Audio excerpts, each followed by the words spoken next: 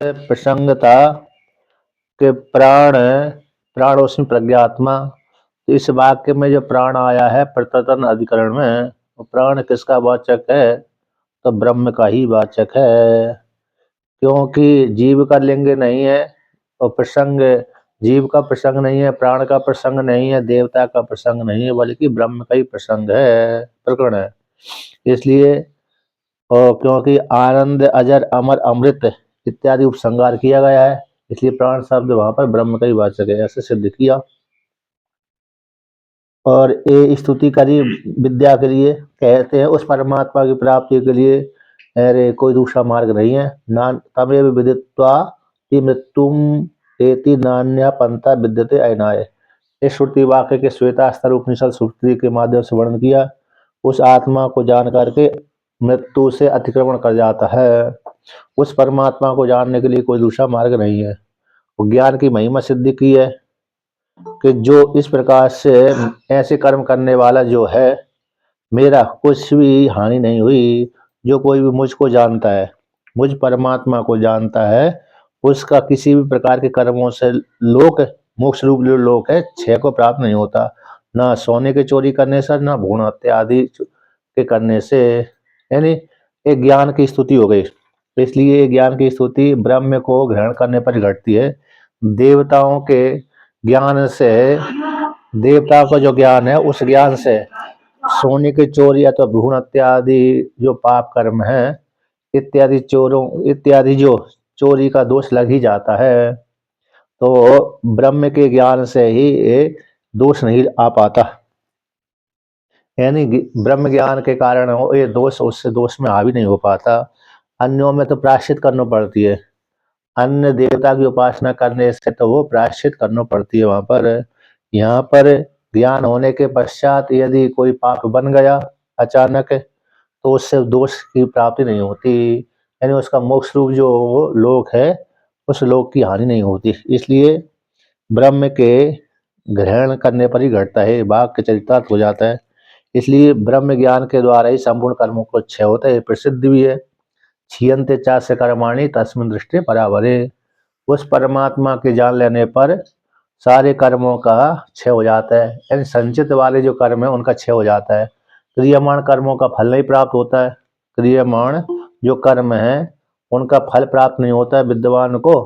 और जो प्रारब्ध कर्म है, जो प्रारब्ध कर्म होते हैं उनको तो भोग के द्वारा ही क्षय होता है। प्रारब्ध कर्मों का भोग के द्वारा क्षय होता है, और संचित वाले कर्मों का तो भाई ज्ञान के द्वारा, ज्ञान रूप अग्नि के द्वारा नष्ट हो जाता है, और क्रियमाण कर्मों का फल नहीं प्राप्त होता। तो क्रियमाण कर्म करता है विद्वान, तो उसको उसके जो मित्रगण है, सेवक गण है, पुण्य कर्म का फल ले जाते हैं। और कोई दोष बन भी गया विद्वान से, तो उसका पाप का फल उसकी निंदा करने वाले ले जाते हैं, क्योंकि विद्वान की भी निंदा करने वाले होते ही है। जरूरी नहीं है कि विद्वान की प्रशंसा करने वाले हों। विरोधी पार्टी तो सभी जगह होती है ना, थोड़ी बहुत, ज्यादा नहीं तो थोड़ी बहुत तो होगी। किसी निंदा, जो भी विद्वान की निंदा करेगा उस काल में, तो विद्वान के वो अरे पाप वाले कर्म, क्रियमाण क्रियमाण संबंधी जो पाप वाले कर्म उसके पास में, उसके खाते में जुड़ जाएंगे अपने आप ही, है ना, अपने आप ही जुड़ जाते ना। आजकल वो सिस्टम हो गया कंप्यूटराइज, ऑटोमेटिक है। उसके पुण्य जो ज्ञानी की निंदा करता है, हाँ, तो ज्ञानी के जो कर्म है पाप कर्म उसको चले जाते हैं, और उसके पुण्य कर्म ज्ञानी को आ जाते हैं। नहीं, ज्ञानी को ज्ञान नहीं आते, ज्ञानी के नहीं आते, ज्ञानी पे नहीं आते। और तो ज्ञानी के जो पाप और पुण्य, पाप और पुण्य कर्म दोनों ही ज्ञानी के चले जाते हैं। अरे सेवा करने वाले के पास में पुण्य कर्म चले जाते हैं अपने आप ही, और पाप का निंदा करने वाले के पास में पाप कर्म चले जाते हैं। क्रियमाण कर्म है, उसमें भी कौन है? क्रियमाण कर्म है, संचित वाले नहीं। संचित वाले तो ज्ञान के द्वारा नष्ट हो गए उसके, पर प्रारब्ध तो भोग नहीं पड़ते ज्ञानी को, लेकिन उसकी दृष्टि। प्रारब्ध कर्माणाम भोगादिव क्षयते, ये सूत्र है स्वामी जी। अच्छा अच्छा, अपोक्षानुभूति में लिखा है उसके प्रारब्ध कर्म भी नष्ट हो जाते हैं। हम नहीं, वो उसकी दृष्टि में, दूसरे की दृष्टि में भोगता है, दूसरे की दृष्टि में प्रारब्ध कर्मों को भोगता है, स्वयं की दृष्टि में नहीं भोगता है। ऐसा वहां पर अर्थ लिया जाएगा। ज्ञानी भाई कई जगह प्रारब्ध कर्म भी उसके नहीं रहते, तो उसका ये अर्थ लिया जाता है कि उस स्वयं की दृष्टि में नहीं भोगता, क्योंकि अकर्ता हो गया, वो कर्ता बनेगा तभी भोगेगा। तो अपने आप को उसने तो अकर्ता मान लिया, जब अकर्ता मान लिया तो फिर प्रारब्ध भी नहीं भोगता है, पर लेकिन लोक में दिखता उड़िया है। बाबा जी जब स्वामी जी उड़िया बाबा जी कथा कर रहे थे, तो ये गड़ा सा चला दिया था और मार दिया था सब सारी चीजें, लेकिन उन्होंने कुछ नहीं बोला था उसको। हाँ तो ये प्रारब्ध तो भोगने पड़ते हैं ना, जी चाहे जी। ज्ञानी हो चाहे कोई भी हो। तो मतलब वो स्वयं की दृष्टि में वो मानता नहीं है, भली उसके शरीर में घट रहे हैं, तो उसकी दृष्टि में, वो स्वयं की दृष्टि में मानता नहीं है। लेकिन दूसरे व्यक्ति को दिखता है कि ज्ञानी को भी सुख दुख होते हैं, ये दूसरे की दृष्टि से है, स्वयं की दृष्टि से नहीं है, आत्मदृष्टि से नहीं है, क्योंकि आत्मदृष्टि से कर्तापन का भाव ही समाप्त हो गया उसका। जी स्वामी जी। तो इसलिए संक्रियमाण कर्म का ही फल, अरे जो उसके निंदा और स्तुति करने वाले को प्राप्त होता है। संचित वाले कर्मों का ज्ञान रूप अग्नि के द्वारा नाश हो जाता है, और प्रारब्ध कर्म तो भोग के द्वारा, दूसरे की दृष्टि में भोग के द्वारा ही क्षय होते हैं, स्वयं की दृष्टि में वो भोगता भी नहीं है। अब कहते हैं प्रज्ञात्मत्वम च ब्रह्म पक्षे एव उपपद्यते। कहते हैं प्रज्ञात्म, जो प्रज्ञात्मा, प्राणों से प्रज्ञात्मा, ऐसा वाक्य आया था, मैं प्राण हूँ, प्रज्ञात्मा हूँ। तो ऐसा जो प्रज्ञात्मत्व है ब्रह्म पक्ष में ही उत्पन्न हो सकता है, होता है, क्योंकि ब्रह्म कैसे चेतन है, प्राण तो जड़ है, प्राण जब जड़ है तो उसमें कैसे हो सकता है। इसलिए प्रज्ञात्म सर्वज्ञत्व, प्रज्ञात्मत्व का अर्थ हो गया सर्वज्ञत्व। सर्वज्ञत्व कौन है, ब्रह्म ही है। सर्वम जानति सर्वज्ञम, विशेषण जानति सर्वित। तो प्रज्ञात्मत्व का अर्थ हो जाता है सर्वज्ञत्व। सर्वज्ञत्व कौन है, ब्रह्म ही है, जड़ प्राण नहीं है। इंद्र देवता भी यदि भी सर्वज्ञ है, देवता क्योंकि चेतन है तो वो भी सर्वज्ञ है, किंतु वो बाद में पैदा हुए, पराचीन है। देवता कैसे होते हैं, पराचीन, और ब्रह्म कैसे पूर्व में देता है। अब उसी को आगे कहते हैं, तो यहाँ पर लेकिन स्वतंत्र जो वायु है अथवा प्राण है वो तो जड़ है। जड़ रूप जो वायु, जड़ रूप जो प्राण है उसमें प्रज्ञात्मक धर्म नहीं है, सर्वज्ञत्व धर्म नहीं है, वो परिच्छिन्नत्व है। उसी को विवरण कर रहे हैं। नहीं अचेतनस्य वायो प्रज्ञात्मत्वम संभवती, यानी क्योंकि अचेतन जो वायु है उसमें प्रज्ञातत्व यानी चेतनत्व अथवा सर्वज्ञत्व संभव नहीं है। तथा उपसंगार अभी उसी प्रकार से उपसंगार में, यानी प्रतिदन नामक जो आख्यायिका है उसके उपसंगार में, तो क्या है उपसंगार में, तो ये वाक्य आते हैं आनंदो अजरो अमृता इति आनंद इति आनंदत्वादीनि न ब्रह्मणः अन्यत्र सम्यक संभवति। परमात्मा कैसे आनंद स्वरूप है, अजर है, अमृत है। तो आनंद आदि जो वाक्य आए, पद आए, आनंद अजर अमृत इत्यादि जो पद आए हैं, ब्रह्म को छोड़ करके, ब्रह्म को छोड़ करके अन्यत्र दूसरी जगह वायु आदि में सम्यक रूप से संभव नहीं है। देवता में भी नहीं है, जीवात्मा में भी नहीं है, और वायु में भी नहीं है।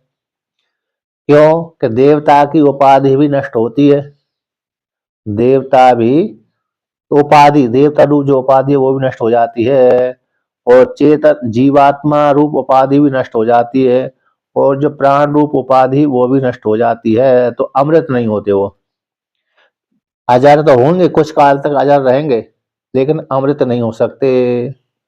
मरण उनका होगा ही, मृत जरूर होंगे, है ना। अमृत यानी मरण ना हो, अमृत यानी मरने से रहित हो गए। तो देवता भी मरता है, जीवात्मा भी मरता है, और वायु भी मरती है, यानी इनकी उपाधि, वायु रूप उपाधि नष्ट होती है, देवता रूप उपाधि नष्ट होती है, और जीवात्मा रूप उपाधि नष्ट होती है। उनका जो चेतन धर्म है वो नष्ट नहीं होता। इसलिए तो ये ब्रह्म को छोड़ करके अन्यत्र में दूसरे सम्यक रूप से न संभवती, सम्यक बोल दिया, सम्यक रूप से घटता नहीं है। अब उसी को और विवरण करते हैं, उसी कौशिक ब्राह्मण का ही तीसरे अध्याय का 8वां है ना, 8वें मंत्र में।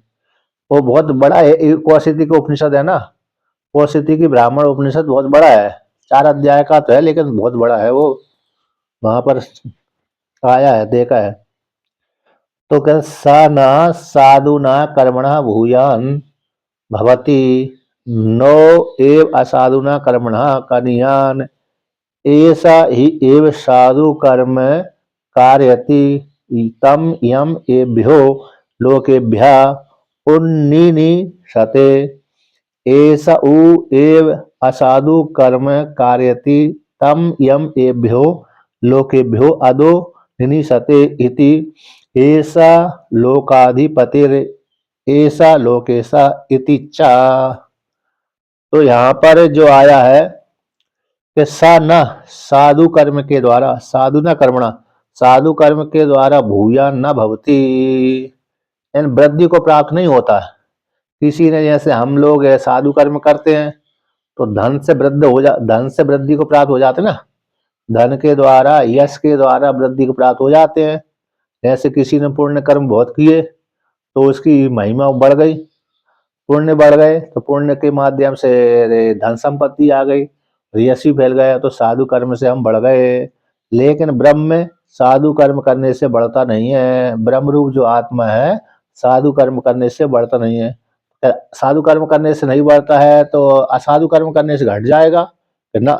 नो एव असाधु न कर्मणा कनियान, असाधु यानी पाप कर्म, तो पाप कर्म करने से वह घटता भी नहीं है। जैसे कोई सामान्य स्त्री पुरुष खराब कर्म कर दे तो खराब कर्म कर देने से उसकी निंदा हो जाती है, तो निंदा होना ही घटना कहलाता है ना। उसके पुण्य को क्षय हो जाना, दुखी दुख प्राप्त होना और निंदा होना यही घटना कहलाएगा।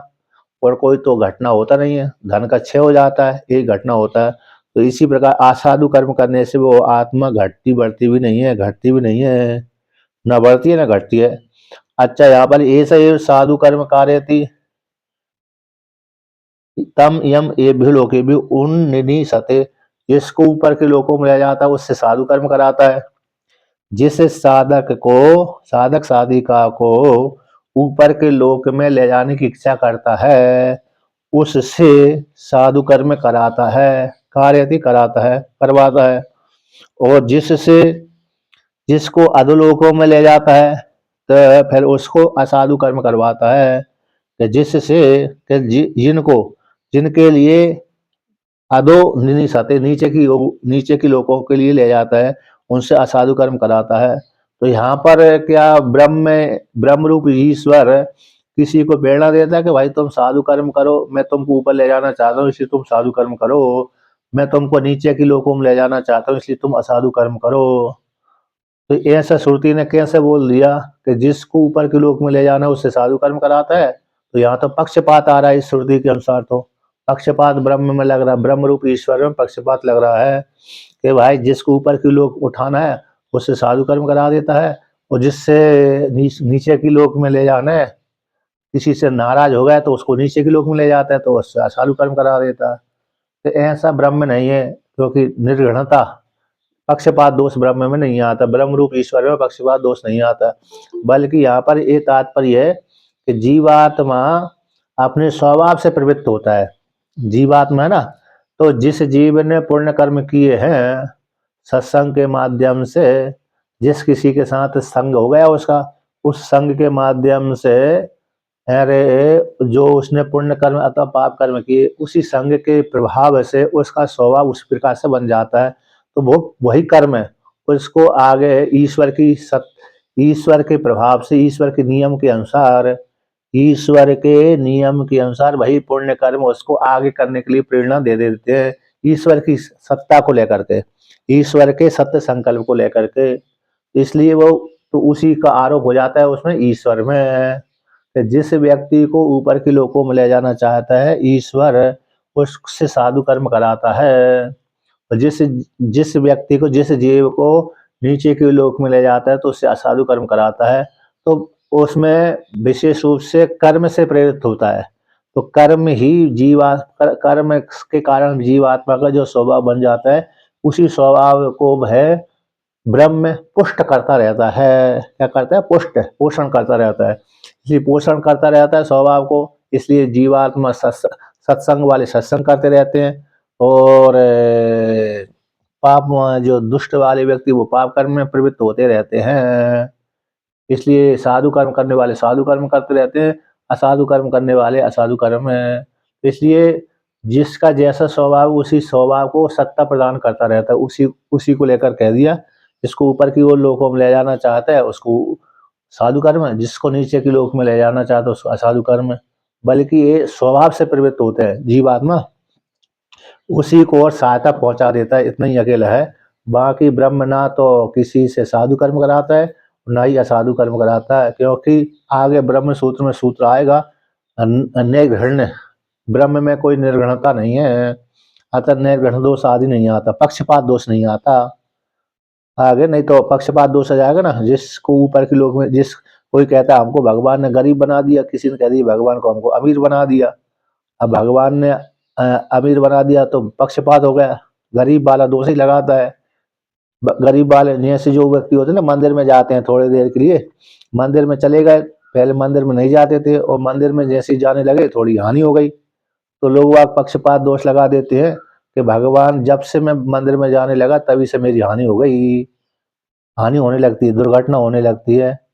अब वो पक्षपात दोष लगा ही देते हैं, जब तक मैं मंदिर में नहीं जाता था तब तक सुखी रहता था, अब जैसे ही मंदिर में जाने लगा तो मेरे को परेशानी आने लगी, इसलिए मंदिर में जाना ही छोड़ देता है, तो पक्षपात दोष हो जाता है ना। तो ऐसा ब्रह्म में नहीं है, ब्रह्म किसी के साथ पक्षपात दोष नहीं करता, बल्कि ब्रह्म तो उसके स्वभाव को और सत्ता प्रदान कर देता है। जैसा जीवात्मा का जो स्वभाव होगा उसी को सत्ता देता रहता है, इसलिए उसी सत्ता देने से ही उसका कर्तापन आ जाता है। तो जिसको ऊपर के लोग तो स्वभाव जिसको जो व्यक्ति सत्कर्म करता रहता है उसके लिए और सत्ता प्रदान कर देता है कि भाई ठीक है करते रहिए आप। जिस असाधु कर्म करता है उसके लिए भी हाथ नहीं पकड़ता, मत करो ऐसा, तो उसको असाधु कर्म की सत्ता प्रदान करता रहता है, तो असाधु कर्म करता रहता है। अब भाई असाधु कर्म करने वाला व्यक्ति किसी दूसरे महापुरुषों के साथ संग हो जाता है तो पाप कर्म करना छोड़ देता है, अथवा दंड के कारण राजा से दंड प्राप्त कर लेता है तो छोड़ देता है। और पुण्यात्मा भी कभी कभी असंग दुष्ट व्यक्तियों के साथ संग पड़ जाता है तो वो भी असाधु कर्म में प्रवृत्त हो जाता है, इस प्रकार से। तो यहाँ पर कहते हैं तो ये ऐसा लोकाधिपति, ये परमात्मा कैसे लोकों के ऊपर शासन करने वाला, आदि लोकादि ऊपर, आदि ऊपर, लोक के ऊपर रहेगा तभी शासन करेगा, नीचे रहेगा तो शासन कैसे करेगा। और लोकाधिपति है, अधिपति लोक के ऊपर शासन करने वाला, और लोक ऐसा ईसा है, लोकों का स्वामी है और लोकों के ऊपर शासन का, ईश शब्द शासन, ईश इष्टव धातु है, इसी शासन करने अर्थ में होता है। और अधिपति स्वामी होता है, राजा बन करके रहता है इत्यादि। यहाँ पर टीका आया है, टीका में पंक्ति साधु असाधुनी, साधु और असाधुनी पुण्य पापे, साधु शब्द से पुण्य, असाधु शब्द से पाप है। इन दोनों के द्वारा ब्रह्म स्पष्ट नहीं होता, इन दोनों के द्वारा ब्रह्म का संपर्क नहीं होता। अस्पृष्टत्वम तत्कार्यत्वम, और उनको कराने के कारण निरंकुश ऐश्वर्यत्वम सर्वम एतद् ब्रह्मणि संपद्यते। ये पाप पुण्य से संबंध नहीं होता, उससे पाप पुण्य को कराने में सहायता प्रदान करता है। तत्कार्यत्वम है, तत्कार्यत्वम यानी पाप पुण्य को कराता रहता है सत्ता प्रदान दे करके। और कहते निरंकुश ऐश्वर्यम, पाप पुण्य को कौन कराता रहता स्वामी जी? ईश्वर ही सत्ता प्रदान करके, ईश्वर जीवात्मा को सत्ता प्रदान करता है ना, स्वतंत्र ईश्वर नहीं करता, किसी के पाप पुण्य में हस्तक्षेप नहीं करता ईश्वर। यदि पाप पुण्य को हस्तक्षेप करे तो फिर कोई पापात्मा बने ही ना, सृष्टि आगे बढ़ेगी नहीं, सृष्टि आगे बढ़ेगी नहीं। इसलिए ब्रह्म किसी ब्रह्म रूप जो ईश्वर है किसी के पाप पुण्य को पाप पुण्य करता है तो रोकता नहीं है, हाँ उसके हृदय में ज्ञान जरूर पैदा कर देता है। अब वो नहीं मानता है तो फिर व्यक्ति छोड़े उपेक्षा कर देता है, वो ब्रह्म ज्ञान रूप से दोनों को सत्ता देता है। हाँ सत्ता, तो मतलब हृदय में ज्ञान जरूर पैदा कर देते हैं, भाई तुम ऐसा करोगे तो ऐसा फल की प्राप्ति होगी, यदि पुण्य करोगे तो ऐसा फल, पाप करोगे तो इस प्रकार से। अब उसके स्वभाव को रोकता नहीं है, जैसे दुर्योधन को रोकने तो गया था, ब्रह्म गया था ना, दुर्योधन को रोकने के लिए ब्रह्म गया था, लेकिन ब्रह्म की बात मानी नहीं दुर्योधन ने, उसने कह दिया, दुर्योधन ने कह दिया जानामि धर्मम न च मे प्रवृत्ति, जानामि अधर्मं न च मे निवृत्ति केनापि देवेन हृदय स्थितेन यथा नियुक्तोऽसि तथा करोमि। मैं धर्म को भी जानता हूँ, अधर्म को भी जानता हूँ। कोई एक देव मेरे हृदय के भीतर बैठा हुआ है, जैसा मेरे को नियोजित करता है वैसे ही मैं कर्म में प्रवृत्त हो जाता हूँ। यथा नियुक्तोऽसि तथा करोमि, जैसा जैसा वो मेरे को नियोजित करता रहता है उसी उसी प्रकार से मैं कर्म करता रहता हूँ। मैं भी जानता हूँ कि पांडवों के साथ विरोध नहीं करना चाहिए, है ना, पांडवों के साथ मित्रता करना चाहिए, धर्म का कार्य करना चाहिए, अधर्म का कार्य नहीं करना चाहिए। फिर भी ये जानने के पश्चात भी कोई देवता मेरे हृदय में बैठा हुआ है, वो मेरे को लगाता रहता है। इसलिए तो कौन देवता होगा, वो स्वभाव रूप है, वो स्वभाव को सत्ता प्रदान करता रहता है, ईश्वर ही है ना। हाँ, इसी में ये वाक्य बैठता है, जाना धर्म न च में प्रवृत्ति। इसलिए तो ये ऐसा है, सत्ता प्रदान करता है पाप पुण्य को। यदि सत्ता प्रदान न करे तो फिर ईश्वर अरे सृष्टि आगे नहीं बढ़ेगी, है ना। पाप की और पुण्य की सत्ता प्रदान न करे तो फिर ये सृष्टि आगे बढ़ेगी नहीं। ईश्वर को सोचना पड़ेगा, फिर नई नई सृष्टि और करेगा फिर, इस प्रकार से। इसलिए वो किसी के पाप पुण्य में हस्तक्षेप नहीं करता। अब उसी को और कहते हैं, सर्वमेतत् परस्मिन् ब्रह्मणि आश्रिय माणे अनुगंतुम शक्यते न मुख्य प्राणे। इसलिए सब कुछ ये जो धर्म है, के कौन से धर्म है, यानी वे कैसे साधु कर्म से वृद्धि नहीं होती, असाधु कर्म से हानि नहीं होती। किसी को साधु कर्म कराने में प्रवृत्त होता करता बनता, किसी को असाधु कर्म कराने में प्रवृत्त करता बनता है। लोगों का स्वामी है, लोकेश है, अधिपति है इत्यादि जो धर्म है, अजर आनंद है, अजर है, अमृत है, तो इत्यादि धर्म है परस्मिन ब्रह्म को आश्रय करने पर ही ऐसे अवगंतुम शक्यते प्राप्त होने के योग्य है, जानने के लिए शक्य। न मुख्य प्राण में, मुख्य प्राण में ये धर्म नहीं घट सकते, यानी इस ब्रह्म को स्वीकार करने पर ही ये धर्म घटते हैं। कौन से, आनंद है, अजर है, अमृत है, वृद्धि ह्रास से रहित है, किसी को कर्म कराने, किसी को कर्म से निवृत्त करना इत्यादि जो धर्म है, स्वामी है, शासना है, तो ब्रह्म के स्वीकार करने पर ही घटते हैं, मुख्य प्राण के ग्रहण करने पर घटते नहीं है। तस्मात् प्राणो ब्रह्म इति, इसलिए प्राणों से प्रज्ञात्मा, ये वाक्य में जो प्राण शब्द आया वो ब्रह्म का ही वाचक है, मुख्य प्राण का वाचक नहीं है। इस प्रकार से वर्णन कर दिया।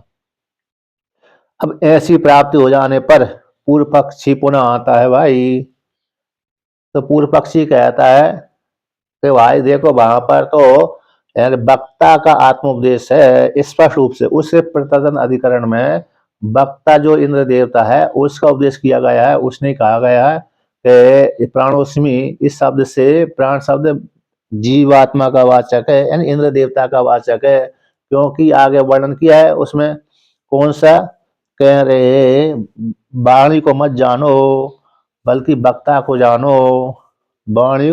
और उसने इंद्र देवता ने अपनी प्रशंसा करी है, इंद्र देवता ने अपनी प्रशंसा करी है। तो कैसी प्रशंसा करी, देखो मैंने ऐसा जो कर्म किया था, मैंने कैसा कर्म किया था, तुष्टा को वध कर दिया था, है ना, त्वष्ट्रा का। तो मेरा कुछ भी बाल का बांका नहीं हुआ, बाल का बांका है ना, बोलते ना, बाल का बांका मतलब लोम के बराबर भी हानि नहीं होगी। तो यहाँ पर देव इंद्र बाल बांका है ना, बाल के बराबर भी हानि नहीं हो सकती, बाल का बांका नहीं कर सकता, लोम के बराबर भी हानि नहीं हो सकती। तो ऐसे इसलिए मैं इतना ऐसा क्रूर ऐसा कर्म करने वाला हूँ, मेरा कुछ भी बिगड़ने वाला नहीं है। तो इत्यादि, इसलिए मैं प्राण हूँ, प्रज्ञात्मा हूँ इत्यादि वाक्य के द्वारा वक्ता ने ही अपना आत्मी प्रशंसा करी है। इसलिए वहां पर प्राण शब्द इंद्र देवता का वाचक है, ना कि ब्रह्म का वाचक है। इसको लेकर के सूत्र आता है, न भक्तुर आत्म उपदेशाद इति चेद, न वक्तुः आत्म उपदेशात इति चेत अध्यात्म संबंध भूमा ही अस्मिन्, अध्यात्म संबंध भूमा ही अस्मिन्, न भक्तुर आत्म उपदेशाद इति चेत, न वक्तुः आत्मोपदेशात इति चेत अध्यात्म संबंध भूमा ही अस्मिन्, अध्यात्म तो यहाँ पर कहते हैं, तो वक्ता यानी इंद्र देवता, वक्ता हो गए इंद्र देवता। इंद्र देवता ठाकुर ने साहब कुछ पूछना चाहते हैं? ठाकुर साहब वो गलती से चिन्ह पहुंच गया स्वामी जी, कुछ नहीं पूछना अभी, आप तो पढ़ाइएगा। नहीं समझ गए थे हम भी कि नहीं, क्योंकि उच्चारण काल में आप उसको खोला था। तो यहाँ पर देखिए वक्ता यानी इंद्र देवता, वक्ता शब्द कौन है? इंद्र देवता का। आत्म उपदेशात, आत्मा की प्रशंसा होने से, यानी स्वयं की प्रशंसा होने से, स्वयं की वापस प्रशंसा, मैंने ऐसा कर्म किया था इसलिए मेरा कुछ भी हानि नहीं हुई, इसलिए मैं प्राणोसी प्रज्ञात्मा हूँ। प्राणोसी अहंकार का उपदेश कर दिया ना, अहंकार, अहंकार का उपदेश कर दिया। आत्म प्रशंसा यानी स्वयं की प्रशंसा, आत्म उपदेशात है स्वयं उपदेशात है, तो स्वयं उपदेशात किया है, इसलिए आत्म आत्म विशिष्ट इंद्र शरीरम ही उपास्यम, आत्मा से विशिष्ट इंद्र का शरीर ही उपास्य है। दो, अरे इंद्र देवता की कितने 1000 नेत्र है ना? हाँ, इंद्र देवता के 1000 नेत्र हैं, क्योंकि उन्होंने, रे इंद्र देवता ने कोई दोष किया था, तो कोई गलत कार्य किया था, तो उन्होंने क्या नाम है, गौतम मुनि ने उनको श्राप दे दिया, तो श्राप को ही उन्होंने, किन्होंने, बृहस्पति ने नेत्रों के रूप में परिणत कर दिया, इसलिए इंद्र देवता का 1000 नेत्र हैं इस प्रकार से। और दूसरा, अरे वैसे इंद्र देवता का एक ही मुख आता है, 1000 शरीर तो नहीं, 1000 मुख तो नहीं आते, एक ही मुख वाला इंद्र देवता है, तो फिर भी 1000 नेत्र वाला है, 1000 नेत्र वाला है और मुख एक ही है उसका। और तुष्टा नामक तुष्टा ऋषि को उन्होंने वध किया था, इत्यादि वध के करने से उनका कुछ भी हानि नहीं हुई। तो यहाँ पर इसलिए इंद्र देवता ने अपनी प्रशंसा करी। तो अध्यात्म यानी अध्यात्म का उपदेश होने से, आत्मा का उपदेश होने से, स्व का उपदेश होने से, तो आत्म विशिष्ट इंद्र, आत्मा से विशिष्ट इंद्र का शरीर यहाँ पर उपास्य है, आत्मा से विशिष्ट इंद्र का शरीर यहाँ पर उपास्य है, इति चेत ऐसा मान लियो। यानी वक्ता इंद्र देवता ने अपनी प्रशंसा करी है, इसलिए इंद्र देवता ही यहाँ पर उपास्य है, ऐसा मान लिया जाए। इति चेत ऐसा कहो तो सिद्धांत कहता है ना कानवय आगे सजाएगा, ऐसी नहीं कहते। अध्यात्म संबंध भूमा ही अस्मिन प्रकरण है, अस्मिन अध्याय में, इस अध्याय में अध्यात्म संबंधी की बहुलता है। आत्म संबंधी अध्यात्म, भूमा शब्द यहाँ पर बहुलता का वाचक है। किसका वाचक है? बहुलता का, अधिकता की। भूमा शब्द ब्रह्म का वाचक नहीं यहाँ पर, क्योंकि पीछे जो चांदोग्य उपनिषद में भूमा शब्द आता ना, तो भूमा शब्द वहां पर ब्रह्म का वाचक आता है 7वें अध्याय का। हाँ, यो वही भूमा तत्सुखम नाल पे सुखम अस्ति।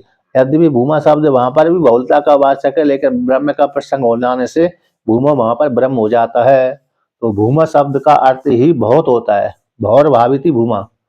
लक्षण करेंगे, शब्द घटाएंगे, तो भौर भाविती भूमा, बहुत के भाव को भूमा बोलते हैं। तो बहु शब्द, भूमा शब्द यानी जब प्रत्यय बनता है तो बहु शब्द से भूमा आदेश हो जाता है, बहु शब्द के स्थान पर भू आदेश हो जाता है, मनन प्रत्यय करके भूमा बन जाता है। तो बहुत के भाव को भूमा, तद्धित प्रत्यय है ये भूमन, भूमन शब्द है भूमन। तो भूमन शब्द है तो नकारांत प्रातिपदिक है, तो वहां पर भू मनन प्रत्यय किया जाता है, और बहु शब्द से मनन प्रत्यय कर देते हैं। बहु शब्द आता है, मनन प्रत्यय कर देते हैं, तो बहु शब्द के स्थान पर भू आदेश हो जाता है, तो भूमन बन जाता है। प्रथम पुरुष के एक वचन में भूमा शब्द हो जाता है, तो भूमा, इसलिए बहुत के भाव को भूमा कहते हैं। यहाँ पर कहते हैं अस्मिन अध्याय ही, क्योंकि अस्मिन अध्याय में, तृतीय अध्याय में, कौशिकी की ब्राह्मण के उपनिषद में तृतीय अध्याय में अध्यात्म संबंधी की बहुलता है। अध्यात्म संबंधी ज्ञान का प्रसंग का, अध्यात्म संबंधी प्रसंग की बहुलता देखी जाती है। इसलिए अध्यात्म संबंधी जो ज्ञान के शब्द क्या कौन से लेके जाते हैं? आनंद है, अजर है, अमृत है इत्यादि प्रत्येक आत्मा के लिंग की बहुलता देखी जाती है। कौन सी? अध्यात्म संबंधी है, आनंद, अजर, अमर, अमृत इत्यादि जो वाक्य है प्रत्येक आत्मा के बोध कराने वाले लिंग, इन लिंगों की बहुलता देखी जाती है। इस वाक्य में, अस्मिन वाक्य में उपलब्धि आती इस अध्याय में, अस्मिन वाक्य में इस अध्याय में अध्यात्म संबंधी यानी ब्रह्म संबंधी शब्दों की बहुलता देखी जाती है। इस हेतु से यहाँ पर ब्रह्म ही उपास्य है। क्या है? ब्रह्म ही उपास्य, इंद्र देवता उपास्य नहीं है। ठीक है ना? इस प्रकार से वर्णन किया। अब इसी सूत्र का है सार की बात यही है, क्या? सार की बात यही है कि ब्रह्म ही उपास्य है, इंद्र उपास्य नहीं है। हाँ, सार की बात तो यही है। अब सार को विस्तार करते हैं। सूत्र के द्वारा है वक्ता का उद्देश्य होने से इंद्र देवता ही उपास्य है, ऐसा पूर्व पक्षी कहता है। तो सिद्धांति कहता है ऐसी नहीं। इस अध्याय में अध्यात्म संबंधी की चर्चा बहुत आई है ना, ब्रह्म संबंधी चर्चा बहुत आई है। इस हेतु से ये प्रसंग ब्रह्म का है, ना कि इंद्र देवता का। इसी इंद्र देवता उपास्य नहीं है, बल्कि ब्रह्म ही उपास्य है। अब उसी को अब विवरण करते हैं, भाष्य के द्वारा सिद्ध करते हैं। अहंकार, अहंकार बाधन स्वात्मवाचक शब्दों के द्वारा आचक्षते उक्तवान। अहंकार बाधक है ना, अहंकार, एक अहंकार शब्द आता है ना, एक श्लोक आता है अहंकार को लेकर के, अहंकारो धियम ब्रूते सुप्तम प्रतिबोधया उच्चते परमानंदे न त्वम न हम न वै जगत। अहंकार कहता है बुद्धि से, हे बुद्धि तो सोई हुई आत्म तत्व को मत जगाए। यदि बुद्धि पूछती यदि मैंने जगा लिया तो क्या हो जाएगा, तो यदि तूने जगा दिया तो सबसे पहले तेरा ही नाश होगा, फिर मेरा नाश होगा, है ना, और फिर जगत का नाश हो जाएगा। इससे अच्छा अहंकार को जगाओ, उसको आत्म तत्व को जगाओ मती। तेरा भी, मेरा भी और जगत का भी, है ना। बुद्धि का भी नाश हो जाता है और अहंकार का भी नाश हो जाता है और जगत का भी नाश हो जाता है। तो यहाँ पर अहंकार का बात किया है यहाँ पर, तो इसको व्याख्यान करते हैं। यदुक्तम, जो कहा गया है, प्राणो ब्रह्मेति, प्राण ब्रह्म है, तद आक्षिप्यते, यानी 28वें सूत्र में सिद्ध कर दिया कि प्राण ब्रह्म है। 28वें सूत्र के द्वारा सिद्ध कर दिया है कि प्राण ब्रह्म है। ये प्रसंग ब्रह्म का है, ना कि प्राण का, इसलिए प्राण ब्रह्म है। वहां पर ऐसा जो कह दिया, सिद्ध कर दिया, उसी के ऊपर आक्षेप लगाते हैं पूर्व पक्षी। न परम ब्रह्म प्राण शब्दम, ये प्राण शब्द ब्रह्म का वाचक, पर ब्रह्म का वाचक नहीं है। पूर्व सिद्धांति पूछता अकस्मात किस कारण से भाई? हमने तो सिद्ध कर दिया कि ये प्रकरण प्राण का नहीं है बल्कि ब्रह्म का ही है। कहते वक्तुर आत्म उपदेशात, कहते हैं वक्ता का यानी इंद्र देवता ने अपनी प्रशंसा की है, आत्मा का उपदेश किया गया है, इन स्वयं की प्रशंसा की गई है। अब उसी ये सूत्र भाग है, सूत्र भाग को विवरण करते हैं। तो वक्ता ही इंद्रो नाम कश्चित विग्रहवान देवता विशेषा स्वयं आत्मानम प्रतदनाए आचक्षे आचाचक्षे। कहते हैं वक्ता इंद्र नाम का कोई देव वक्ता है, कश्चित विग्रहवान है, विग्रह वाला है, शरीर वाला है, यानी देवता विशेष है। जो वक्ता इंद्र है, इंद्र नाम वाला वक्ता है, कश्चित है, कोई एक है, विग्रह वाला है और देवता विशेष, उसकी देवता में संज्ञा है। तो ऐसा देवता विशेष है वह, अपनी उस देवता ने स्वयं आत्मानम, अपनी आत्मा को, स्वयं के प्रभाव को, प्रतदन, प्रतदन नामक जो राजा का पुत्र था, राज्य पुत्र था, उसके लिए कहा था, अपनी आत्मा की प्रशंसा करी थी। तो क्या कहा था उसने? प्रतदन नामक राजा के पुत्र के लिए, देवोदास के पुत्र के लिए ये कहा था, आचक्षे आचाचक्षे, ऐसा कहा था कि माम ए बिजानी ही, हे राजन तुम मुझको ही जानो, इति उपक्रम में, ऐसा उपक्रम करके, क्योंकि इंद्र देवता ने प्रसन्न होकर वरदान दे दिया था, तो वरदान के बदले उसने कह दिया तुम मेरे लिए, मनुष्यों के लिए हितकर जो होए उसका ही वरदान मेरे को दे दो अपने आप ही। तो इसलिए उसने कहा कि तुम मेरे को ही जानो, ऐसा वरदान दिया। माँ में बिजानी, ऐसा उपक्रम किया श्रुति में, वहां पर उपस्थिति ब्राह्मण में। तो वहां पर ऐसा उपक्रम करके प्राणोस्मि प्रज्ञात्मा इति अहंकार वादेन, मैं प्राण हूँ, प्रज्ञात्मा हूँ, अहंकार का बात कर दिया, यानी अपने को श्रेष्ठत्व बदला दिया, मैं प्राण हूँ, प्रज्ञात्मा हूँ इत्यादि। तो अहंकार के कथन करने से स एषा भक्तुर आत्मत्वेन उपदिश्यमानः प्राणः कथम ब्रह्म स्यात्। स ऐसा वक्ता ने आत्मा की प्रशंसा की है कि मैं प्राण हूँ, प्रज्ञात्मा हूँ, जबकि वहां पर इस प्रकार इंद्र देवता ने कहा कि मैं प्राण हूँ, प्रज्ञात्मा हूँ। यहाँ पर इंद्र देवता ही आ रहा है उपास्य रूप से। इस वक्त सब ऐसा वक्ता ने आत्मा को उपदेश किया जाने कारण वक्ता के द्वारा आत्मा स्वयं की उपदेश किए जाने से स ऐसा प्राण, ऐसे जो प्राण कैसे ब्रह्म हो सकता है। वक्ता ने तो भैया अपनी प्रशंसा की है। वक्ता ने जब अपनी प्रशंसा की है तो प्राणोसी प्रज्ञात्मा शब्द के माध्यम से जो प्राण शब्द आया है, कैसे अचानक ब्रह्म का वाचक हो सकता है? आता नहीं हो सकता। क्यों नहीं हो सकता ब्रह्म का वाचक? उसमें पूर्व पक्षी कहता है कि इसलिए ब्रह्म का वाचक प्राण शब्द नहीं हो सकता। नहीं ब्रह्मणो वक्तृत्व संभवती, क्योंकि ब्रह्म का वक्तृत्व संभव नहीं है। ब्रह्म बोलता है, चालता है, चलता है, यह संभव ही नहीं है, क्योंकि श्रुति कहती है अवांग मनः, ब्रह्म कैसा मन वाणी से रहित है। अवाक वाला है, अमन वाला है।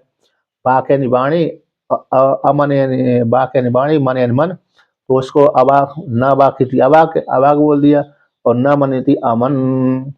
तो ब्रह्म कैसा है? वाणी से रहित है। वाणी उपलक्षित कर्म इंद्रिय ज्ञान इंद्रिय से रहित है। मन से उपलक्षित अंतकरण से रहित है।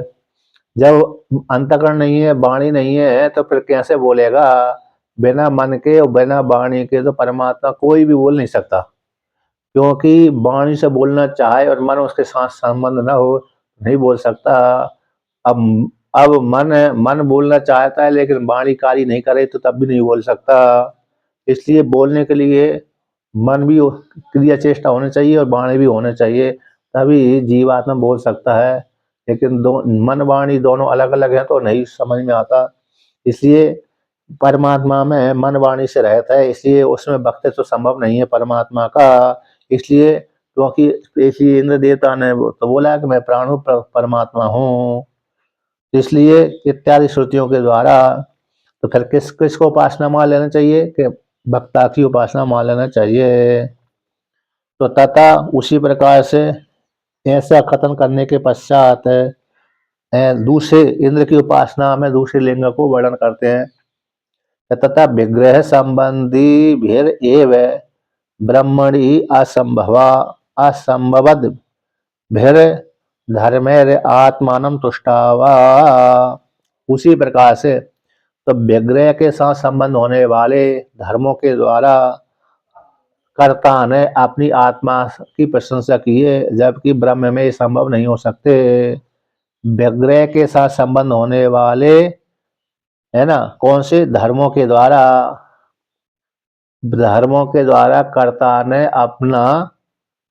अपनी प्रशंसा की है, जबकि ब्रह्म तो किसी भी प्रकार के विग्रह से रहित है, विग्रह संबंधी धर्मों से रहित है। ब्रह्म जो निर्विशेष ब्रह्म है और ईश्वर, निर्विशेष ब्रह्म और ईश्वर दोनों ही किसी भी प्रकार के शारीरिक धर्मों से युक्त नहीं होते, किसी भी प्रकार के शारीरिक धर्मों से युक्त नहीं होते, क्योंकि ब्रह्म के विषय में और ईश्वर के विषय में लक्षण आता है न तस्य प्रतिमा अस्ति और एतो वाचो निवर्तन्ते अप्राप्य मनसा सा। इन वाक्यों के माध्यम से ब्रह्म को और ईश्वर को दोनों को ही विग्रहवान से रहित सिद्ध किया है श्रुति ने। ईश्वर भी विग्रह वाला नहीं है और ब्रह्म तो विग्रह वाला है ही नहीं है। विग्रह बोलते शरीर है, तो ब्रह्म भी शरीर वाला नहीं है, ईश्वर भी शरीर वाला नहीं है। इसलिए शरीर वाला जब है नहीं है ब्रह्म और ईश्वर, तो फिर कैसे शरीर के धर्मों को आरोप ब्रह्म में किया जाएगा? तो शरीर वाला कौन होता है? इंद्र देवता होता है। इंद्र है, जीवात्मा ये शरीर धर्म वाले हैं, तो शरीर के धर्मों को इसमें आ जाएंगे, किंतु ब्रह्म में नहीं है। इसलिए तो विग्रह के साथ संबंध होने वाले धर्मों के माध्यम से इंद्र देवता ने अपनी प्रशंसा की है, जबकि ब्रह्म में संभव नहीं है। शरीर आदि धर्म ब्रह्म में संभव नहीं है। इसलिए यहाँ पर ब्रह्म का प्रसंग न मान करके इंद्र देवता के प्रसंग मान लेना चाहिए। तो तो यहाँ पर कहते हैं किस इंद्र देवता ने कौन से धर्मों की प्रशंसा करी है, विग्रह से युक्त होकर के अपने शरीर वाले धर्मों की प्रशंसा करी है, तो किस प्रकार से शरीर के धर्मों के द्वारा अपनी प्रशंसा करी, तो इसको लेकर कहते हैं त्रिशीषणम त्वाष्ट्रम अहनम अरुन्मुखान यतीन शाला वृकेभ्यः प्रायच्छम इति एवं आदि भी। दो वाक्य यहाँ पर, तो ये तो कहते हैं शारीरिक धर्मों के द्वारा अपनी प्रशंसा करी थी इंद्र देवता ने, जबकि ब्रह्म में संभव नहीं है शारीरिक धर्म है। इसलिए तो इंद्र देवता ने, शरीर वाला इंद्र देवता ने 3 सिर हैं जिसके त्रीणी शीर्षाणि यस्य इति त्रिशीर्षः, 3 सिर हैं जिसके, वो कहना तुष्टा का पुत्र विश्व रूप है, तुष्टा का पुत्र है, त्वष्ट्रा है ना, त्वष्ट्रा होता है, तुष्टु, तो त्वष्टा का पुत्र जो विश्व रूप है, ये त्वष्टा नाम के प्रजापति भी हुए हैं। कौन है? प्रजापति। विश्वकर्मा भी शायद उन्हीं को बोलते हैं, विश्वकर्मा जो भी है त्वष्टा। तो त्वष्टा नाम के जो ऋषि हुए है, उनका जो पुत्र हुआ विश्वरूप है। इसके 3 सिर हुए थे, इसके 3 सिर हुए। ये 3 सिर इसकी विशेषता थी कि इसकी जो त्वष्टा की जो पत्नी थी असुर कुल की थी। त्वष्टा तो देवता कहलाते हैं, त्वष्टा तो कैसे कहलाते हैं? देवता पक्ष के थे, किंतु उनकी जो पत्नी थी असुर कुल की थी। अब उनसे जो संतान पैदा हुई तो दोनों का मिक्सचर हो गया, दोनों का कैसा हो गया? मिक्सचर हो गया। तो अब दोनों से पैदा हुए तो उस पुत्र का भाव माता के पक्ष में भी जाता था, पिता के पक्ष में भी जाता था। अब किसी काल विशेष में इंद्र देवता से बृहस्पति नाराज हो गए थे। कौन हो गए थे? बृहस्पति नाराज हो गए थे। तो नाराज होकर के उन्होंने पौरोहित कर्म त्याग कर दिया। उस काल में कुछ असुर बढ़ गए थे, तो असुर बढ़ जाने से देवताओं की राज्य के ऊपर संकट आ गया था। उन्होंने कहा, भगवान ब्रह्मा जी ने कहा कि तुम किसी पुरोहित को बनाओ, तभी तुम्हारी रक्षा हो सकती है। तो योग्य पुरोहित कौन देगा? आसपास में ढूंढा, तो तुष्टा के पुत्र जो विश्वरूप है वो ही देखे, तो उन्हीं को बना लिया। अब वो देवताओं के लिए प्रत्यक्ष रूप से आहुति देते थे, दैत्यों के लिए, असुरों के लिए और मनुष्यों के लिए गुप्त रूप से देते थे, चोरी करके गुप्त रूप से। यानी देवताओं के लिए भी हवन करते थे, दैत्यों के लिए भी हवन करते थे और मनुष्यों के लिए भी हवन करते थे। अब कुछ बहुत काल तक उन्होंने हवन किया, तो देवताओं के लिए जब आहुति डालते थे तब तो जोर जोर से मंत्र को उच्चारण करके डालते थे। अब जब असुरों की बारी आती थी तो मन पूर्व है गुप्त रूप से आहुति देते थे, अर्थात बिना बोले, बिना उच्चारण किए। मनुष्यों के हित के लिए जब आहुति डालते थे तब भी गुप्त रूप से डालते थे, और दैत्यों के लिए जब भी आहुति डालते थे तब भी गुप्त रूप से, मानसिक रूप से। तो बहुत दिनों तक चला। एक दिन इंद्र देवता ने पकड़ लिया, देखा कि हमारे लिए तो आहुति तो ठीक है, लेकिन हमारे शत्रु पक्ष के लिए भी आप आहुति डाल रहे हैं, तो वो तो हमारा शत्रु पक्ष भी है, कैसे हो जाएगा? बलवान हो जाएगा, तो हमको फिर हराएगा। इसलिए तुमने ठीक नहीं किया। इसलिए उसने इंद्र देवता ने वज्र उठा करके विश्वरूप को मार दिया, गर्दन पर चला दिया। तो उससे गर्दन पर जब चला दिया तो उसकी गर्दन कट गई, 3 सिर कट गए, मर गया। उसी के 3 सिरों से 3 पक्षी निकले। तीतर है ना, तीतर है, गौरैया है, और एक और पक्षी है जो तितर बोलते हैं। गौरैया जो घरों में रहती है ना, पक्षी, गौरैया पक्षी। और एक और पक्षी को इससे 3 पक्षी उत्पन्न हुए थे। एक तो जो तीतर होते हैं जिनको लोग मांस खूब खाते हैं, एक गौरैया नाम की पक्षी, और एक तीसरी नाम की कोई और पक्षी। 3 पक्षी पैदा हुए थे। टिटैरी भी शायद उसी से पैदा हुई। तो इससे ब्रह्म हत्या आदि दोष पुराण के अनुसार तो ब्रह्म हत्या लगे थे, किंतु उपनिषद के अनुसार ब्रह्म हत्या नहीं लगी। अच्छा देखो, इसीलिए यहाँ पर ये सावधान किया जाता है। जैसे पुत्र है ना, पुत्र, अब पुत्र का झुकाव दोनों तरफ था, देवताओं की तरफ भी झुकाव था और दैत्यों के पक्ष भी, मतलब असुरों के पक्ष भी झुकाव था इसमें। इसलिए यहाँ पर वर्ण संकरता को लेकर के इसलिए सावधान करते हैं कि अपनी वर्ण जाति में विवाह कन्या करेगी तो उसी के जैसे स्वभाव वाली होगी, दूसरे वर्ण जाति के में विवाह करेगी तो उसमें परिवर्तन हो जाता है, झुकाव हो जाता है, ढीला पड़ जाता है ना, इसके गुण भी आ जाएंगे उसके गुण भी आ जाएंगे संतान में, तो नरम पड़ जाता है वो। इसलिए यहाँ पर ये त्वष्टा भी इसी प्रकार के हो गए थे, क्योंकि देव पूरे पूरे देवता पक्ष भी नहीं, देवता पक्ष वाले नहीं रहे, क्योंकि असुर पक्ष वाले भी हो गए थे और मनुष्य पक्ष वाले भी रहे थे, तो तीनों तरफ झुकाव इनका रहा था। इसलिए इंद्र देवता ने चालाक देख लिया, चालाकी इनकी, तो मार दिया। तो फिर पुराण के अनुसार तो ब्रह्म हत्या लगी थी भाई, ब्रह्म हत्या को उन्होंने स्त्रियों को बांट दिया, पृथ्वी को बांट दिया, जल को बांट दिया, वृक्षों को बांट दिया, है ना, पाप ब्रह्म हत्या से निवृत्त हो गए। लेकिन उपनिषद के अनुसार ब्रह्म हत्या उनको नहीं लगी। अच्छा, एक हो गया ये पहला आत्मा प्रशंसा। दूसरी कौन सी है? अरे अरे अरुण मुखान, ये तीन कहते हैं अरुण मुखान, इसका व्युत्पत्ति करते हैं। तो त्वष्टा का पद विश्वरूप ने ब्राह्मण को हतवान अस्मि, मैंने मार दिया था। रोती, अब देखो अरुण मुखान शब्द की व्युत्पत्ति है टीका में, रोती यथार्थम शब्द यति, रोती शब्द है यथार्थ शब्द को बोलता है, यथार्थ शब्द है, यथार्थ शब्द को तो ब्रह्म में ब्रह्म हूँ, ये यथार्थ शब्द है। इति रुद यानी वेदांत वाक्यम तन्मुखे, तो वेदांत वाक्य है जिसके मुख में, वेदांतों की चर्चा ही जिनके मुख में रहती है उनका बोलते हैं ऋणमुख है, ये ऋणमुखा कहलाते हैं। जिन जिन साधु सन्यासियों के मुख में हमेशा वेदांत वाक्यों की चर्चा होती है उनको बोलते हैं ऋणमुखा, ठीक है ना। ऐसे ऋणमुखों से भिन्न जो वेदांत बहिर्मुखान यति हैं, जो वेदांत वाक्य की चर्चा नहीं करते, ऐसे बहिर्मुखान वाले सन्यासी जो अरण्य में निवास करते हैं, यानी काम चलाऊ सरकार, बिना वैराग्य के ही सन्यास ले लिया, बिना वैराग्य के ही सन्यास ले लिया और पर्स गेरुआ वस्त्र धारण कर लिया और दान दक्षिणा के लिए लेने लगे। ऐसे जो सन्यासी है उन सन्यासियों को इंद्र देवता ने देखा ये तो धर्म का दुरुपयोग कर रहे हैं। क्या कर रहे हैं? धर्म का दुरुपयोग कर रहे हैं। सन्यास के अधिकारी नहीं हो, सन्यास ले लिया और वेदांत सन्यास ले लिया तो ठीक है, लेकिन इन्होंने अब वेदांत की चर्चा नहीं करते, जगत की चर्चा करते रहते हैं, दान पुण्य लेते रहते हैं और जगत की चर्चा करते रहते हैं, इसलिए ये पापात्मा है, इसको मेरे को दंड देना है। तो सारे सन्यासियों को मार दिया इंद्र देवता ने, उन सन्यासियों को क्या कर दिया? मार दिया। और मारकर क्या कर दिया? कहते अश्वेभ्यो दत्तवान अस्मि, जो जंगली कुत्ते होते ना, तो जंगली कुत्तों को खिला दिया उनके मांस को।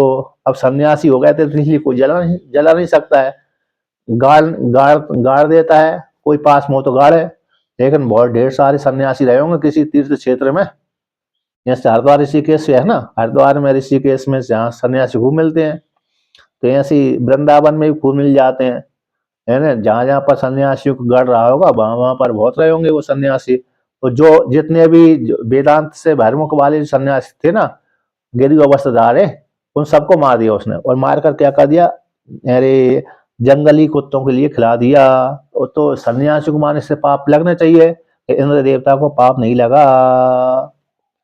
इसलिए तो यहाँ पर ऋणमुखान शब्द का तो वेदांत वाक्य है जिनके मुख में, यानी हमेशा वेदांत वाक्यों की चर्चा जिनके मुख में होती है उनको ऋणमुख बोलते हैं। अब जो वेदांत वाक्यों की चर्चा से रहत वाले मुख वाले हैं, ऐसे सन्यासी वो काम चलाऊ सरकार वाले, किसके? शोभा बढ़ाने वाले है ना, तो शोभा बढ़ाने वाले सन्यासियों को उसने मार दिया। इसलिए साला बिरकिव्यो शब्द का अर्थ हो गया जंगली कुत्ते, तो जंगली कुत्तों के लिए प्रायश्चम दे दिया था इत्यादि। तो यहाँ पर इंद्र देवता ने अपनी प्रशंसा करी, इसलिए यहाँ पर प्राण शब्द इंद्र देवता का वाचक है, इसलिए प्राण शब्द से इंद्र ही उपास्य है। तो प्राणत्वम च इंद्रस्य बलवत्वाद उपपद्यते। मुखान क्या बताया स्वामी जी? है मुखान ऋणमुख बोलते हैं वेदांत वाक्यों की चर्चा जिसके मुख में होती रहती है, यह हमेशा वेदांत की चर्चा करता है, हमेशा ही। हाँ, रुत धातु है, रुत। तो रुत शब्द का अर्थ होता है यथार्थ शब्द। रुत शब्द का अर्थ होता है यथार्थ, यथार्थ बोलता है, सत्य बोलता है। तो यहाँ पर उसका अर्थ लिया है कि जो वेदांत वाक्य को ही चर्चा मुख, रुत मुख वाला जो व्यक्ति है, यानी यथार्थ शब्द का बोध कराने वाला, यानी वेदांत वाक्यों की चर्चा करने वाला। जी आचार्य बोलते हैं ना, रुतम वचमी सत्यम वचमी। रुतम नहीं है, वो रितम है, वो रितम शब्द है, रितम। वो रित शब्द है, अच्छा। रिकारा वाला है। मुझे लगा ये रुत और सत्य के बारे में जो बताया जा रहा है वहाँ पे यही वो रुत है। नहीं, वो रुत अलग, वो ये रुत है, वो रित है। वो महाराष्ट्र में री को रू बोलते हैं ना, यहाँ पर री को री बोलेंगे, वहां पर री को रू बोल देते हैं। तो इसलिए तो यहाँ पर क्या है, अरे रित मतलब रुत शब्द यथार्थ, रौती शब्द आया, धातु है रुत, यानी यथार्थ को बोलना। तो यथार्थ को है वेदांत वाक्य को लक्षणा के माध्यम से वेदांत वाक्य दिया है। तो वेदांत वाक्य है जिसके मुख में यानी हमेशा तत् चिंतनम तत् कथनम अन्योन्यम तत् प्रबोधनम एकम एक परतम च ब्रह्म व्यासम बुधुर्बुधा, ये लक्षण आया है। वेदांत वाक्यों की चर्चा के लिए ये वाक्य तत् चिंतनम तत् कथनम अन्योन्यम तत् प्रबोधनम एकम एक परतम च ब्रह्म व्यासम बुधुर्बुधा। तो तभी तो ये वेदांत, हमेशा वेदांत की चर्चा करेंगे, वही तो ब्रह्म व्यास कहलाएगा। हमेशा ही वेदांत की चर्चा करना ही ब्रह्म अभ्यास कहलाता है। इसलिए इनके मुख में वेदांत ब्रह्म अभ्यास का अभ्यास नहीं था, वेदांत की चर्चा होना ही ब्रह्म अभ्यास कहलाता है। इसलिए हमारा जो वेदांत का स्वाध्याय चल रहा है ये भी ब्रह्म अभ्यास कहला रहा है। वेदांत की जो चर्चा जितनी देर तक पढ़ते हैं और पढ़ाते हैं, सुनते हैं सुनाते हैं, उतनी देर तक हम वेदांत वाले रहते हैं, ब्रह्म ज्ञानी रहते हैं। उस काल तक तो ब्रह्म की चर्चा चल रही है। अब इसके बाद तो भली दूसरे कार्य कर रहे हो, है ना। इतने काल तक के लिए तो हम वेदांत मुख वाले हो गए। 1 घंटा के लिए, 2 घंटा की बात अलग हो गई, 1 घंटा के लिए तो वेदांत मुख वाले ही हम, ठीक है ना। आप भी, हम सभी कैसे हो गए, वेदांत मुख वाले। तो इस प्रकार से अब आगे कहते हैं ऐसे जो इससे रहित है, वेदांत मुख वाले से रहित है, अर्थात जगत की चर्चा करता है, ब्रह्म की चर्चा नहीं करता, ऐसे सन्यासियों को खिला दिया, गेरुआ वस्त्रधारी सन्यासियों को खिला दिया मार करके। तो उसको ब्रह्म हत्या लगना चाहिए थी, वो नहीं लगी। तो इस प्रकार से, इसलिए और दूसरी लक्षण देते हैं कि प्राणत्वम इंद्रस्य बलवत्तत्वाद उपपद्यते। इंद्र देवता कैसे बल का अभिमान देता है, इंद्र देवता बल का स्वामी है। प्राणत्वम शब्द बल का वाचक भी होता है। तो इंद्र देवता का बलवत्व उत्पन्न होता ही है प्राणत्व है। इंद्र देव का जो बलवत्व प्राणत्व है वो बलवत्व रूप से उत्पन्न होता है। बल का अभिमानी देवता कौन है, प्राण है। क्योंकि हाथ का अभिमानी देवता है ना, हाथ का अभिमानी देवता इंद्र है। तो हाथ में बल रहता है। व्यक्ति जब भी लड़ता है, लड़ाई करता है, हाथ के द्वारा ही तो करता है, पैर के द्वारा तो कम ही करता है। लेकिन पैर के द्वारा तो चलता है। तो पैर का अभिमानी देवता विष्णु भगवान है, उरुक्रम। पैर के अभिमानी देवता विष्णु भगवान है, लेकिन हाथ के अभिमानी देवता कौन है, इंद्र देवता है। इसलिए सारा बल तो भुजाओं में ही होता है। क्षत्रिय का वर्ण, इसलिए इंद्र देवता क्षत्रिय वर्ण कहलाता है। यदि भी है तो कश्यप ऋषि की संतान, लेकिन क्षत्रिय कहलाता है। तो इसलिए बल का अभिमान देवता इंद्र कहलाता है। सारा बल भुजाओं में रहता है। तो इंद्र देवता का बल प्राणत्व कैसे, बलवत्त होने से प्राणत्व उत्पन्न हो जाएगा। इंद्र देवता का बलवत्त होने से प्राणत्व उत्पन्न हो जाएगा। उसी को श्रुति वाक्य के द्वारा सिद्ध करते हैं। प्राणो ही बलम, प्राणी बल है, प्राणो वही बलम इति विज्ञाते। क्योंकि श्रुति में देखा जाते प्राण क्या बल है, बल कौन है, प्राण है। अब बलस्य च इंद्रो देवता प्रसिद्ध। इंद्र देव बल का स्वामी इंद्र देवता लोक में प्रसिद्ध है, शास्त्र में और लोक में प्रसिद्ध है। बल का देवता कौन है, बल का देवता इंद्र है, ऐसा लोक में प्रसिद्ध है। शास्त्र में और लोक में दोनों में प्रसिद्ध है। तो कहते हैं या चा काचिद बल कीर्तिर इंद्र कर्म एव तति ही वदंती। जो कुछ भी बल वाला कर्म किया जाता है वो इंद्र का कर्म है। जो कुछ भी बल वाला कर्म किया जाता है वह इंद्र का ही कर्म है, ऐसा लोग बाग कहते हैं, वदंतीन कहते हैं लौकिक व्यक्ति। इसलिए कहते प्रज्ञात्वत्वम अपि अप्रतिहत ज्ञानत्वम प्रज्ञात्वात् देवतात्मनः संभवति अप्रतिहत ज्ञानः देवता इति ही वदन्ति। कहते प्रज्ञात्व इंद्र देवता में कैसे उत्पन्न होगा सर्वज्ञत्व, कहते प्रज्ञात्मत्व भी अप्रतिहत ज्ञान वाला होने से जो देवता का ना देवता आत्मा में भी प्रज्ञात्म संभव हो जाएगा, क्योंकि उनका जो ज्ञान है वो अप्रतिहत वाला होता है। यानी प्रतिबंध, जैसे हमारा जो ज्ञान है ना एक देश तक जाता है, हमारा जो ज्ञान है हम भाई दूसरे के मन की बात नहीं जान सकते, देवता दूसरे के मन की बात जान सकते हैं, जानते ही है, इसलिए उनका जो ज्ञान है कभी प्रतिबंधक नहीं होता, तो इसलिए प्रतिहत नहीं होता, उनकी बात को कोई काट नहीं सकता, देवताओं के ज्ञान को कोई काट नहीं सकता। हम लोगों के ज्ञान को काट सकता है, हम लोगों का ज्ञान कैसा है, कमजोर है कि नहीं है, क्योंकि हमने जो तर्क लगाई है, कोई हमसे ज्यादा बुद्धिमान है तो वो हमारे ज्ञान को तर्क के द्वारा काट देगा, और उससे कोई ज्यादा बुद्धिमान है उसकी तर्क को दूसरा काट देगा। इस प्रकार से तो हम लोगों का ज्ञान तो कटा पिटा रहता है, लेकिन देवताओं का जो ज्ञान है प्रतिहत वाला नहीं होता है। तो प्रज्ञात्म तो भी देवता आत्मा संभव हो जाता है, क्योंकि उनका ज्ञान कैसा अप्रतिहत ज्ञान वाले होते हैं। तो लोक में सिद्ध कहा गया है अप्रतिहत ज्ञान देवता ही इति वदन्ति। लौकिक व्यक्ति कहते हैं कि देवता कैसे होते हैं, अप्रतिहत ज्ञान वाले होते हैं, अतः उनकी ज्ञान की कोई यहाँ पर यहीं तक ज्ञान रहेगा, और देवता का यहीं तक सोच सकते हैं ऐसा नहीं हो सकता, बल्कि सर्वज्ञ होते हैं देवता। अप्रतिहत का अर्थ होगा सर्वज्ञत्व, देवता हमेशा सर्वज्ञ होते हैं, जितने भी 33 देवता होते हैं वो सर्वज्ञ कहलाते हैं। निश्चित च एवं देवता आत्मा उपदेशे हित तमत्वादि वचनानि यथा संभवं तद विषयाणि एव योजयितव्यानि। इसलिए ऐसा निश्चित हो जाने पर कहते हैं कि देवता ने अपने आत्मा को उपदेश किए जाने पर हित तमत्व आदि जो वचन है, देवता ने अपनी प्रशंसा की है। इंद्र किसके लिए, प्रतरन नामक राजा के लिए देवता ने अपनी प्रशंसा की है। इसलिए हित तमत्व आदि जो वचन है, इंद्र देवता ने हित प्रदान करने वाला होने कारण जीवात्मा के लिए हित प्रदान करने वाला है ही है, इसी हितम कहला जाएगा। इसलिए तो हित तमत्व आदि वचन भी यथा संभव है तद विषयक इंद्र देवता विषयक ही जोड़ लेना चाहिए कि देवता हमेशा दूसरे के हित करने के लिए लगे रहते हैं, अपने उपासकों के लिए हित में लगे रहते हैं। इंद्र देवता हित का प्रदात्री होने से हिततमः, कर्मों के अधिकार, कर्म का अनधिकार होने से। अच्छा यहाँ पर हाँ दूसरी बात है, यहाँ पर ये कौन है, यहाँ पर क्या है,